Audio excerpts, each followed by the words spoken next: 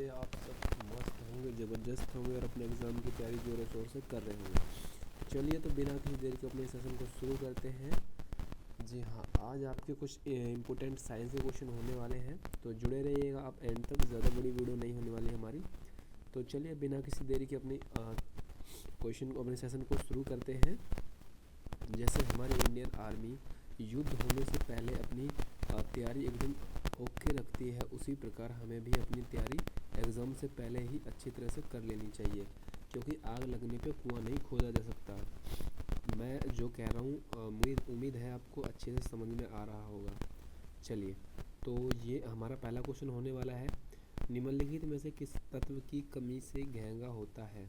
हाँ जी, nitrogen, calcium, phosphorus या iodine? हाँ जी, बताइए जी, किसकी कमी से घेंगा रोग होता है? तो ये तो लगभग आप सभी को ही पता होगा। अगर नहीं पता है तो जो यहाँ पे जो भाई डी बता रहा है एकदम ठीक है। आयोडीन की कमी से घेंगा होता है और पारा की अधिकता से मिनी माटा रोग होता है, याद कर लीजिएगा, ये भी पूछा जाता है। चलिए, और अगला क्वेश्चन है हमारा। हाँ जी, तो पावर ट्रांसफर में कार्य प्रणाली किस सिद्धांत पर निर्धारित है? हाँ जी, किस पर आधारित है जी पावर जो ट्रांसफ़र होता है आपका? जी, मैंडलिफ आवृत्ति की या हुक नियम की या न्यूटन की या फिर आइन सिद्धांत की? हाँ जी, किस नियम पर है ये? तो जो भाई यहाँ पे फैराडे का नियम बता रहे हैं, ए वाले एकदम ठीक है। चलिए अगले क्वेश्चन पर चलते हैं, थोड़ा फास्ट सेशन करा देते हैं आपका। जी, रडार सिस्टम में उपयोग की जाने वाली तरंगे किस प्रकार की तरंगे उदाहरण है? हाँ जी, किस प्रकार की होती है जी? सूक्ष्म तरंगे या फिर इंफ्रारेड तरंगे या इंफ्रासैनिक तरंगे या इनमें से कोई नहीं? हाँ जी, बताइए। जो रडार सिस्टम में होती है जी, रडार आपसे पूछा जाए तो ये अपने दिशा में जो एरोप्लेन वगैरह आती हैं उनका पता लगाती है ये रडार। चलिएगा, तो सूक्ष्मदर्शी तरंगे बता रहे हैं एकदम ठीक है, ए वाले ठीक है। चलिए अगले क्वेश्चन चलते हैं। तो हमारा चौथा क्वेश्चन जी, एक उड़ते हुए चक्के पर सेकंड घूमन किसके द्वारा मापी जाती है? हाँ जी, बताइएगा। बैरोमीटर, एनोमोमीटर, हाइग्रोमीटर या स्क्रोमीटर? हाँ जी, बताइएगा, जल्दी से बताइए। तो इसका राइट आंसर जो डी बता रहे हैं, स्कोप एकदम ठीक है। चलिए अगला क्वेश्चन हमारा। हाँ जी, तो अगला क्वेश्चन जी हमारा, निम्नलिखित में से कौन सा प्लाज्मोडियम परजीवी वाहक है? प्लाज्मोडियम का परजीवी वाहक है। चलिए करिए कमेंट थोड़ा फास्ट। जी, आपका मच्छर है, मक्खी है, चूहा है या सभी है? परजीवी, बताइए जल्दी से। इम्पोर्टेंट क्वेश्चन होने वाले जी, आपके साइंस के हैं ये। चलिए, तो जो यहाँ पे मच्छर बता रहे थे एकदम ठीक है। चलिए अगला क्वेश्चन हमारा है। हाँ जी, लोहे पर जंग लगने की प्रक्रिया अभिक्रिया उदाहरण है? हाँ जी, किस प्रकार की अभिक्रिया होती है जी लोहे में? भौतिकी अभिक्रिया, रासायनिक अभिक्रिया या प्राकृतिक अभिक्रिया या इनमें से कोई नहीं? हाँ जी, लोहे पे जंग लगना, मोमबत्ती का जलना, बताइए बताइए बताइए। बैटरी का जलना, बल्ब का जलना। हाँ, तो जो रासायनिक अभिक्रिया बता रहे हैं एकदम ठीक है। चलिए अगला क्वेश्चन जी हमारा है जी, पृथ्वी के घूमने की गति कितनी है? हाँ जी, कितने में घूमती है जी पृथ्वी? 28 किलोमीटर पर मीटर या फिर 30 किलोमीटर पर मीटर, 36 किलोमीटर पर मीटर या फिर 50 किलोमीटर पर मीटर? सॉरी, मिनट था, बताइएगा जल्दी से। हाँ जी, थोड़ा फास्ट कमेंट करिएगा तो हम भी अपना सेशन फास्ट कर देंगे। और यदि आप में से कोई भाई या बहन नया जुड़ा हो तो कृपया करके सेशन को लाइक एंड सब्सक्राइब तो कर लीजिएगा, क्योंकि इसके कोई पैसे नहीं लगते हैं। और अपने दोस्तों के पास भी शेयर कर दिया करो, क्योंकि हम बिना किसी डेली के, मतलब बिना किसी लेट के आपको इतने फास्ट सेशन करा रहे हैं। यहाँ पे टाइमिंग देख लीजिएगा, 7 मिनट 7.5 मिनट हो चुका है और 7 क्वेश्चन हो चुके हैं, अभी 5 मिनट नहीं हुआ टाइमिंग सेशन चले हुए। चलिएगा, तो जो यहाँ पे 28 मिनट पर मिनट बता रहे हैं एकदम ठीक है। अगला क्वेश्चन जो हमारा है, हाँ जी, अगला क्वेश्चन निम्नलिखित में से वैज्ञानिक विकासाद का सिद्धांत प्रतिपादन किया था? हाँ जी, किसने किया था? डार्विन ने या मैक्सवेल ने या न्यूटन ने या जॉनसन ने? हाँ जी, बताइएगा 8वें क्वेश्चन का जल्दी से राइट आंसर। हाँ जी, करिए कमेंट जल्दी से। किसने किया था? जी विकासवाद का सिद्धांत तो जो डार्विन बता रहे हैं, ए वाले एकदम ठीक है।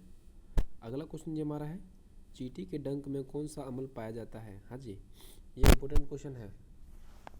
यहाँ पे आपसे चींटी का तो नहीं पूछा जाएगा, अगर ततैया का या बिच्छू का पूछ ले, किसी का भी हो, मतलब वो डंक होना चाहिए, तो उसमें आपका एक ही जो आपका है अम्ल पाया जाता है।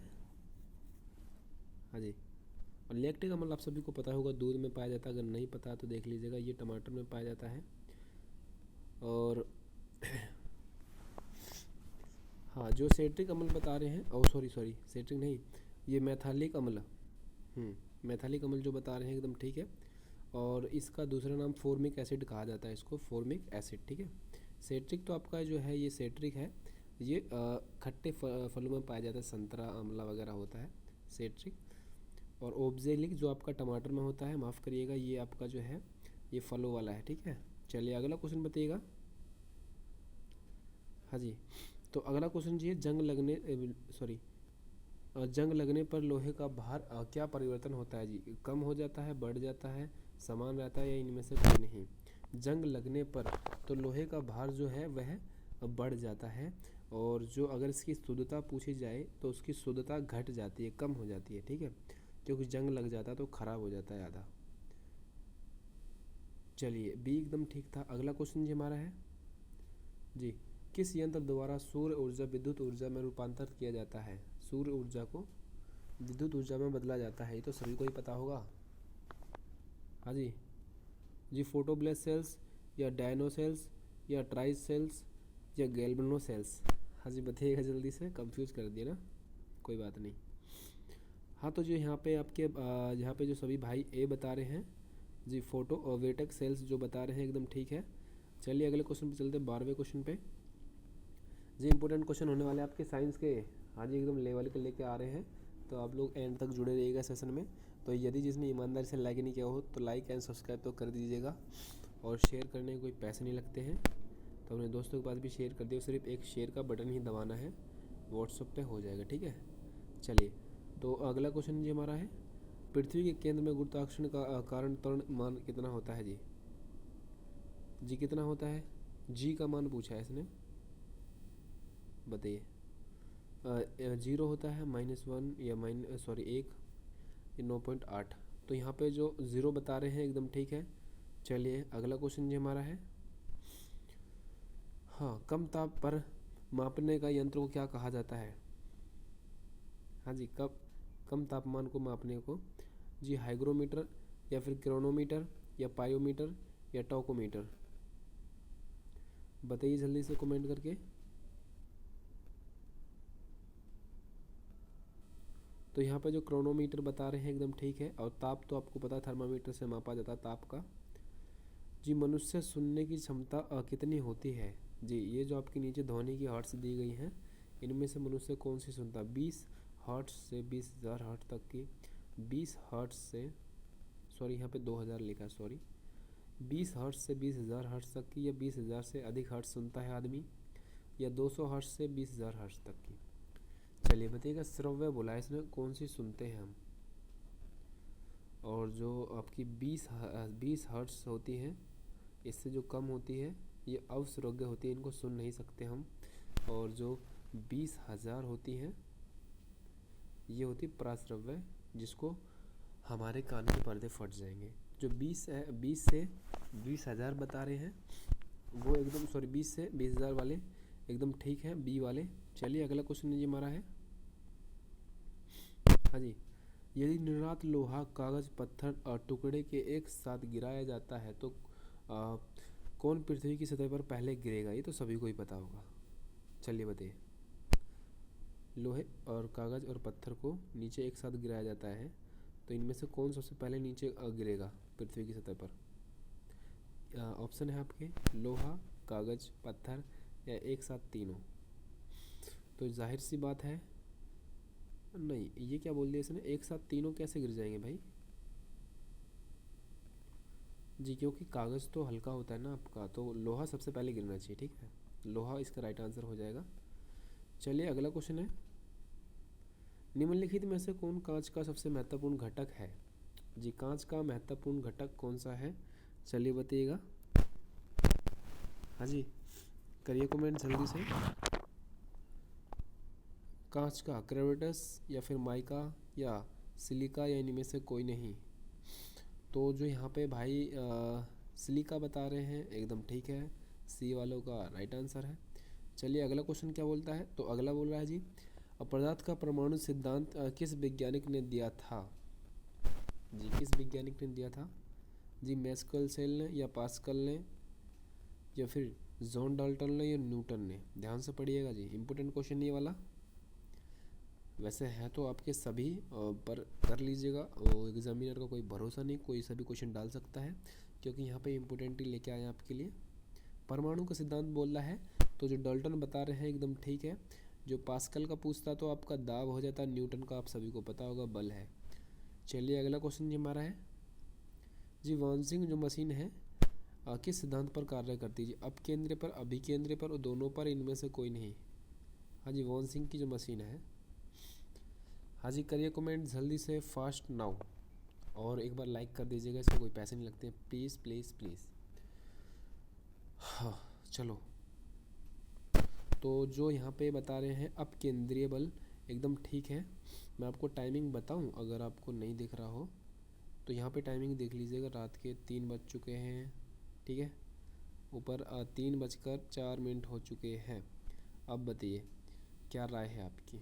सब्सक्राइब करोगे? आपके लिए इतनी मेहनत कर रहे हैं, रात के 3 बजे उठ के वीडियो बना रहे हैं ताकि शोर ना हो, क्लास अच्छे से हो जाए। अब क्या करें, रात को लाइव आएंगे तो कोई तो पढ़ेगा नहीं, इतनी रात को लाइव वीडियो बना दे। चलो तो अगला क्वेश्चन भी हमारा है। हाँ जी, आधुनिक पूर्ण बल की एसआई मात्रा क्या है, इकाई क्या है जी? न्यूटन है, न्यूटन मीटर है, मीटर प्रति सेकंड है, ओम है। बताइए, तो जो न्यूटन मीटर बता रहे हैं एकदम ठीक है। चलिए अगला क्वेश्चन हमारा। हाँ जी, तो हमारा अगला क्वेश्चन है जी, अल्जाइमर रोग जो मानव शरीर में किस अंग का मुख्य रूप को प्रभावित करता है? हाँ जी, अल्जाइमर रोग किसे प्रभावित करता है? मस्तिष्क को, हृदय को, यकृत को या फेफड़े को? बताइए। यहाँ पे हमारे 20 क्वेश्चन हो चुके हैं मात्र कितने 12 मिनट में जी। कुछ ज़्यादा ही क्वेश्चन नहीं हो गए, आप देखिएगा, क्योंकि जो आपके बड़े बड़े यूट्यूबर होते हैं 20 क्वेश्चन कम से कम 1 घंटा 55 मिनट 50 मिनट ऐसे चलते हैं। बताओ, गलत बात है यार ये तो। बताओ बताओ जल्दी, हाँ बताओ। हाँ, तो जो यहाँ पे ए बता रहे थे मस्तिष्क वाले, एकदम ठीक है, अल्जाइमर रोग जो आपका मस्तिष्क में होता है। अगला क्वेश्चन हमारा जी, अगला, अस्थि मज्जा रुधि कर्णिकाओं का निर्माण क्या कहलाता है? हीमोफ्लोबिन या हेमाटोपाइया या फिर ल्यूकोमस या प्रोलोसेसियम? हाँ जी बताइए जल्दी से।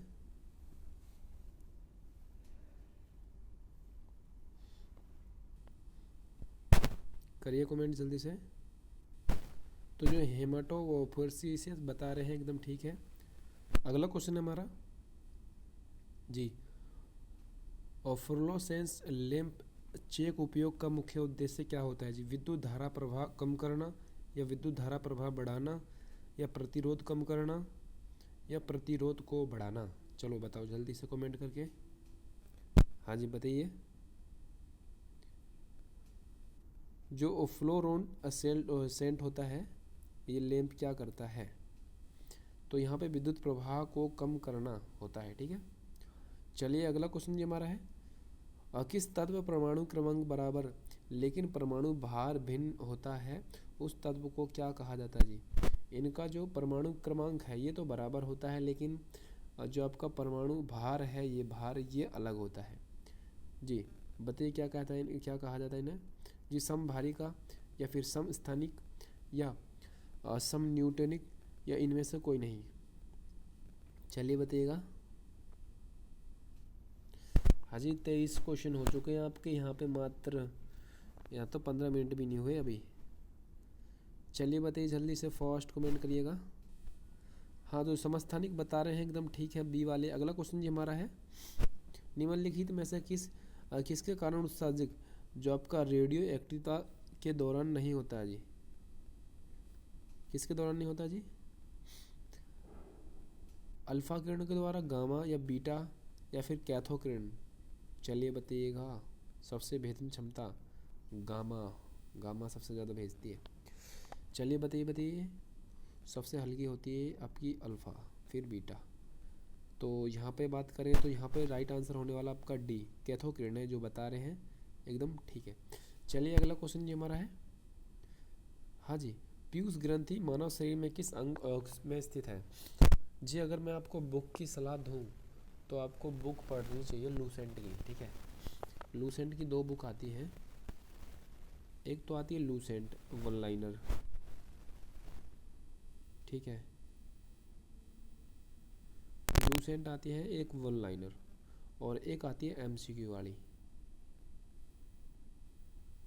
मेरी अगर सलाह लो तो, क्योंकि आप किसी भी कंपटीशन में जाइएगा, जो आपकी ये पीसीएस होती है ना, पीएससी, ये पीएससी वालों, जो आपके डीएसपी एसडीएम होते हैं ना, उनके इंटरव्यू में भी आप उनके मुंह से सुनोगे तो वो यही बोलेंगे कि पहले लूसेंट को आप 10 बार पढ़ो, बेशक 6 महीने लग जाए, उसको 5 महीने लग जाए, 10 बार पढ़ो, एक क्वेश्चन बाहर निकल जाए तो बताओ। बस करंट अफेयर आपको मेंटेन करके चलना पड़ेगा।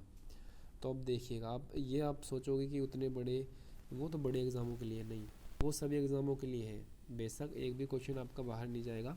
हाँ ये है कि उसमें पहले पन्ने पे चैप्टर दिए हैं, टॉपिक दिए हैं, वो देख लीजिएगा आपके कौन कौन से टॉपिक हैं, कौन कौन से नहीं है, वो पढ़िएगा। ओके, अगर आप बताओगे तो मैं उसके ऊपर वीडियो बना दूंगा कि कौन से टॉपिक हमें पढ़ने चाहिए कि और कौन से नहीं, क्योंकि जो पीसीएस है, जैसे एमपीपीसी हो गया, यूपी पीएससी हो गया और यूपीएससी हो गया, ये बड़े एग्ज़ाम हैं अधिकारी वाले, और हम जो तैयारी करते हैं ये होते हैं अपने कर्मचारियों वाले, ठीक है। तो आप बता दीजिएगा कमेंट करके कि लूसेंट के ऊपर वीडियो बना के लाए आपके लिए फुल डिटेल में, कौन सा टॉपिक पढ़ना है, कैसे पढ़ना है, सब बता देंगे। चलिए तो अगला इसका राइट आंसर देखते हैं। पहले आपको लूसेंट जो वन लाइनर है उसको पढ़ना है, फिर एमसीक्यू वाली लेनी है, उसमें आपको अटैम्प्ट करना है, ठीक है, फिर पढ़ेंगे, ठीक है। तो इसमें आपका राइट आंसर होने वाला पीयूष ग्रंथि मानव की इस भाग में पाई जाती है, मस्तिष्क में पाई जाती है, मटर का जो दाना होता है उसके समान होती है, ठीक है, इतनी छोटी सी होती है। चलिएगा अगला क्वेश्चन जी हमारा है,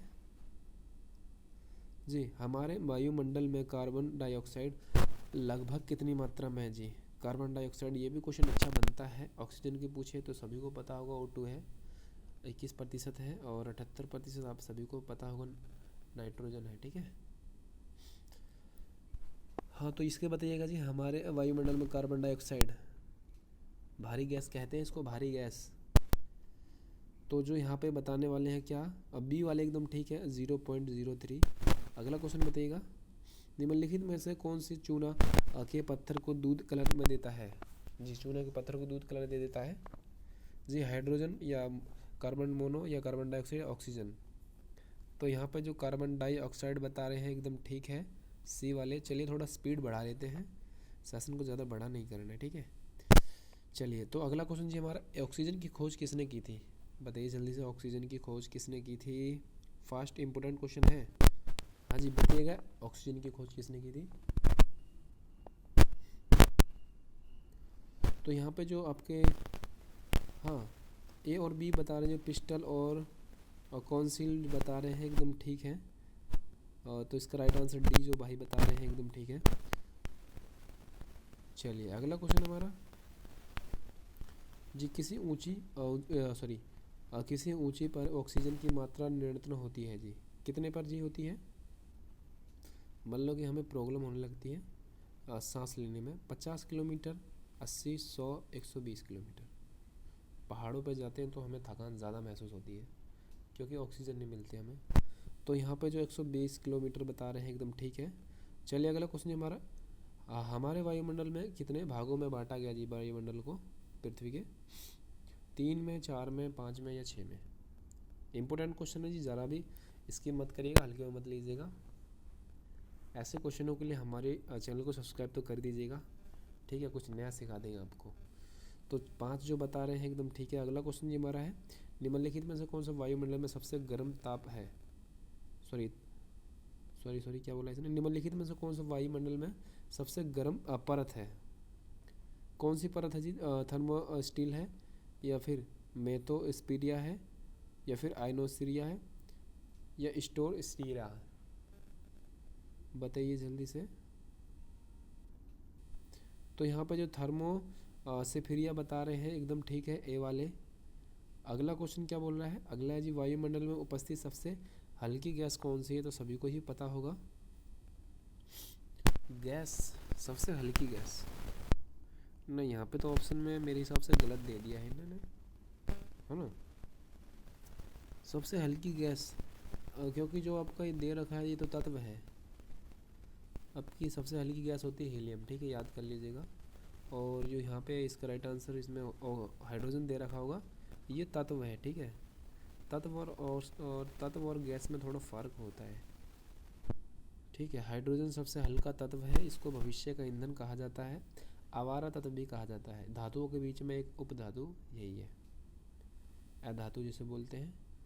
तो जो यहाँ पे हाइड्रोजन बता रहे हैं एकदम ठीक है, ये एक हल्का तत्व है, ठीक है। अगला क्वेश्चन है जी, निम्नलिखित में से दुनिया का सबसे जहरीली गैस कौन सी है? बताइए। सबसे जहरीली गैस पूछा है इसने। वैसे कि जहरीली तो आपकी सारी हैं, सारी ही जहरीली गैसें हैं। सबसे जहरीली बताइए जल्दी से कमेंट करके। हाँ जी, जी बताइए। तो यहाँ पे बी वाले एकदम ठीक है जी, जाइलाल ब्रोमाइड जो है एकदम ठीक है। वैसे अभी तक मोनो कार्बन डाइऑक्साइड और सल्फर का ही आपने नाम सुना होगा, पर सबसे जहरीले गैस की बात करी रहना, ठीक है। चलिए अगला क्वेश्चन है जी, पृथ्वी पर अपभ्रंश पर सबसे प्राचीन मात्रा में मौजूद में दुर्बल गैस कौन सी है जी? पृथ्वी पर सबसे, बताइए। ऑर्गन है, नियोन है, जियोन है, या रेडॉन है? चलिए बताइएगा जल्दी से, सेशन को एंड कर देते, बस कुछ ही क्वेश्चन रह रहे हैं हमारे, 50 पे एंड कर देंगे, ओके। तो यहाँ पे जो ऑर्गन बता रहे हैं एकदम ठीक है। अगला क्वेश्चन जो हमारा, पृथ्वी की सतह पर सार्वधानिक मात्रा में कौन सा तत्व पाया जाता है? हाँ, आगे ना बात यहाँ पे तत्व की, देखो अब इसका राइट आंसर तो बता दो खुद ही आप, ठीक है। चलिए बताइएगा। तो यहाँ पे हाँ, ऑक्सीजन एकदम ठीक हो जाएगा भाई, ठीक है। तत्व की बात करिए इसने, ऑक्सीजन सार्वधानिक मात्रा में है। चलिए अगला क्वेश्चन जी हमारा है, अब यहाँ पे बात करिए धातु की, ध्यान से पढ़िएगा। हमारी पृथ्वी में सबसे अधिक मात्रा में पाई जाने वाली धातु कौन सी है?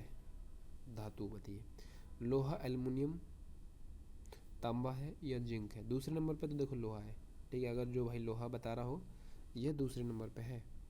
और पहले नंबर पे जो आपकी है ये एल्युमिनियम है, और तांबा का सबसे पहले मनुष्य ने प्रयोग किया था, ठीक है। चलिए एल्युमिनियम सबसे पहले नंबर पे है। अगला क्वेश्चन हमारा, निम्नलिखित में से कौन सा एक जैविक अम्ल है? जिंदा अम्ल है, बताइए। जैविक अम्ल है, सल्फ्यूरिक अम्ल, जी बताइए। ये क्वेश्चन पिछली बार आया था, बहुत बार आ चुका है ये क्वेश्चन। इसको राजाओं का राजा कहा जाता है, बैटरी में डाला जाता है इसको, बैटरी में। राजाओं का राजा, सॉरी, रसायनों का राजा, राजाओं का राजा। चलिए बताइएगा, ये क्वेश्चन आया था जो मैं आपको बता रहा हूँ, रसायनों का राजा किसे कहते हैं। तो यहाँ पे औसैलिक अम्ल जो बता रहे हैं एकदम ठीक है, जैविक अम्ल है ये, ठीक है। अगला क्वेश्चन है जी हमारा है, बस ऐसा होने वाला जी, हमारे मुंह में पश्चात भाग मेटोमिक मुख्य कार्य क्या है? हाँ जी, जो टाइलिन्स है इसका मुख्य कार्य क्या जी? लार का निर्माण करता है, या फिर जीवाणुओं को विनाश करता है, हार्मोन स्रावित, या खमीर? चलिए बताइए। तो यहाँ पे जो भाई बी बता रहे हैं जीवाणुओं को नाश करने वाले, ठीक है। चलिए अगला क्वेश्चन है, हाँ जी। तो हमारा अगला क्वेश्चन है, दो या दो से अधिक धातुओं को मिश्रण को क्या कहा जाता है? इम्पोर्टेंट क्वेश्चन है, ऐसे क्वेश्चन में बस कंफ्यूज होने के सिवाय कुछ नहीं रहता है जी। अमलगम होता है, क्षार्य होता है, उत्कृष्ट होता है, या मिश्र धातु? आपको लग रहा होगा अमलगम होगा, मिश्र धातु होगा, इसीलिए अच्छे से याद कर लीजिएगा, कहीं नोट बना के लिख लीजिएगा, ठीक है। तो जो यहाँ पे मिश्र धातु बता रहे हैं एकदम ठीक है। हाँ, अगला क्वेश्चन है जी हमारा, निम्नलिखित में से कौन सा पदार्थ क्लोरीन के साथ अभिक्रिया करके ब्लीचिंग पाउडर उत्पादन करता है? हाँ जी बताइएगा। क्लोरीन के साथ मिलकर बुझा हुआ चूना, सॉरी हाँ, बिन बुझा हुआ चूना, या चूना पत्थर, जिप्सम? जिप्सम, बहुत ही इंपॉर्टेंट क्वेश्चन है ये, ठीक है, याद कर लीजिएगा इसका सूत्र। चलिएगा, तो यहाँ पे बिन बुझा हुआ चूना वाले एकदम ठीक है। बिन बुझे हुए चूने, ये है आपका बुझा हुआ चूना, ठीक है, याद करना। और इसको ब्रैकेट में बंद कर दो और ओ लगा दो, तो ये आपका बिन बुझा हुआ चूना हो गया, ठीक है। चलिए अगला क्वेश्चन हमारा, निम्नलिखित में से किसकी आयु पता लगाने के लिए रेडियो कार्बोडेंटिंग का प्रयोग किया जाता है जी? जी भवनों, जीवाश्यों, पत्थर या शिशु? बताइए, इंपॉर्टेंट क्वेश्चन है ये वाला, मोस्ट इंपॉर्टेंट लगा लीजिएगा। कार्बन डेंटिंग का प्रयोग, तो यहाँ पे जीवाश्य जो भाई बता रहे हैं एकदम ठीक है, जीवाश्य वाले। चलिए अगला क्वेश्चन हमारा, यदि लाल रंग और हरे रंग को आपस में मिला दिया जाए तो कौन सा रंग बनेगा? बताओ जी, पीला बनेगा, लाल बनेगा, सफ़ेद या मेटेजाटा? बताइए बताइए। तो यहाँ पे आपका पीला कलर बन जाएगा लाल और हरे को मिलाने से। अगला क्वेश्चन जी हमारा, पशुओं में किसके कारण खुरपन और मुंहपन रोग हो जाता है जी? खुर और मुंह में रोग हो जाता है, जीवाणु, वायरस, प्रोटोजोआ, वायरस या कीट? इंपॉर्टेंट क्वेश्चन ये वाला भी है, कई बार ट्रेडों में घूम चुका है। चलिए बताइएगा, पशुओं में जिनके मुंह और खुरों में जो बीमारी हो जाती है, किसके कारण? तो यहाँ पे जो वायरस बता रहे हैं, विषाणु, एकदम ठीक है। चलिए अगला क्वेश्चन जी हमारा है, ट्यूबलाइट में मुख्यतः कौन सी गैस भरी जाती है? ट्यूबलाइट में, ये तो सभी को ही पता होगा, किसी का भी गलत नहीं होना चाहिए। हाँ जी बताइएगा, ट्यूबलाइट में मुख्यतः से कौन सी गैस भरी जाती है जी? एक बार आप लोग कमेंट करके बता दीजिएगा कि आपने यहाँ तक वीडियो देखी है, तो मैं समझ जाऊँगा कि आप में से किसी भाई या बहन ने यहाँ तक वीडियो देखी है। इसका राइट आंसर आप कमेंट में लिखिएगा। यहाँ पे तो मैं आपको बता देता हूँ, फिर भी आप इसका कमेंट में आंसर करिएगा प्लीज़, मुझे विश्वास हो जाएगा कि चलो कोई भाई तो देखते हैं, कम से कम 2500 स्टूडेंट में से। चलिए, तो यहाँ पे जो पारावर्षीकरण और ऑर्गन बता रहे हैं एकदम ठीक है, ठीक है। ये जो है आप बी कमेंट कर दीजिएगा, ठीक है, बी और ऑर्गन, मैं समझ जाऊँगा आपने 44 क्वेश्चन नंबर तक देखी है। चलिए अगला क्वेश्चन जी हमारा है जी, ठोस की शुद्धता निर्धारित किसके द्वारा की जाती है जी? बताइएगा, क्वथनांक बिंदु द्वारा, हिमलांक या गलनांक, इनमें से कोई नहीं। ठोस की शुद्धता किस पर निर्भर करती है? बताइएगा बेटिएगा। जो गलनांक बिंदु बता रहे हैं एकदम ठीक है। चलिए जल्दी से वीडियो को एंड कर देते हैं अपनी जी। भौतिक संतुलन किसके किस सिद्धांत पर कार्य करता है जी? भौतिक संतुलन, बताइए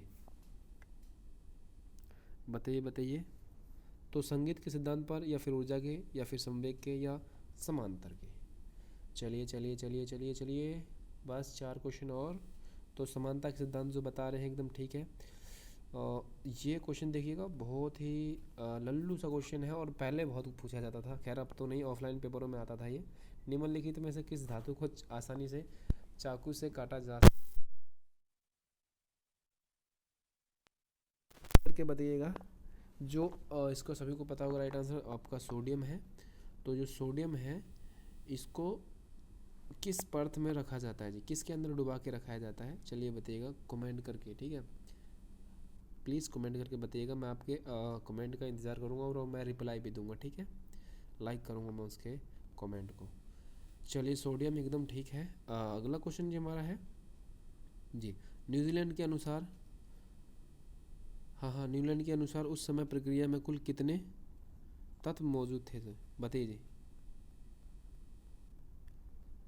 बताइए बताइए। न्यूजीलैंड के अनुसार 64, 65, 56 या 46? तो 56 वाले एकदम ठीक है। अगला क्वेश्चन जी हमारा है, निम्नलिखित में से किसकी उपस्थिति ऊर्जा होगी? बिंदु बंद के पानी, या उड़ता हुआ वायुयान, या गिरती हुई नारियल, या उपरोक्त सभी? अच्छा, स्थितिज ऊर्जा पूछा है इसने। हाँ जी, स्थितिज ऊर्जा ग्रहों के अंदर भी पूछा जाता है। ग्रहों में कौन सी ऊर्जा होती है? तो उसमें स्थितिज ऊर्जा होती है, ठीक है, गतिज नहीं होती उनमें। गतिज तो वो घूम रहे हैं उसके कारण, बल के कारण। चलिए बताइएगा। तो यहाँ पे पूछा तो बांध बांध जो होता है ना, बांध को पानी होता है, उसमें स्थितिज ऊर्जा होती है, ठीक है। तो अच्छा, अभी एक क्वेश्चन और है, मैंने सोचा अब एंड कर देते हैं। चलिए यहाँ पे जी का मान पूछ लिया गया इसने। जी का मान का ज्ञात किसने किया था? न्यूटन ने, डाल्टन ने, जे थॉमसन ने, या हेनरी केविन ने? बताइए जल्दी से कमेंट करके। और यहाँ तक आपको वीडियो पसंद आए तो वीडियो को सब्सक्राइब करिए, लाइक गया भाड़ में। लाइक से तो देखो हमें कुछ मिलता नहीं है, सही सही बता रहे हैं। और सब्सक्राइब से भी हमें कुछ नहीं मिलता, बस हमारे स्टूडेंट बढ़ जाते हैं, ताकि अगली अगली वीडियो से वो भी हमारी वीडियो को देख ले। और शेयर करने से ये होगा कि आपके दोस्तों और आपका भला हो जाएगा और हमारा भी हो जाएगा, ठीक है। क्योंकि अभी अर्निंग नहीं होती ना दोस्त, समझा करो बात को। चलो, तो इसका राइट आंसर चलिए बताइएगा। तो हाँ, इसका राइट आंसर जो हेनरी कैल्विन बता रहे हैं एकदम ठीक है। जी का मान ज्ञात किया था, डी जो बता रहे हैं एकदम ठीक है। चलिए, तो अब दीजिए हमें इजाज़त, मिलते हैं अब नेक्स्ट वीडियो में, जल्दी मिलेंगे। अब हम आपके लिए लाइव में मैथ की वीडियो भी लाया करेंगे। अब क्या करें, वाइट बोर्ड से काम चला लेंगे, ठीक है। वाइट बोर्ड चिपकवा लेंगे, उस पर आपके लिए क्वेश्चन सॉल्व करेंगे। कौन कौन राजी है ओके करके बताइएगा। राजी जानते हो ना। चलो, तो सभी को जय हिंद जय भारत, अपनी तैयारी बरकरार रखिएगा। अब दीजिए हमें इजाज़त।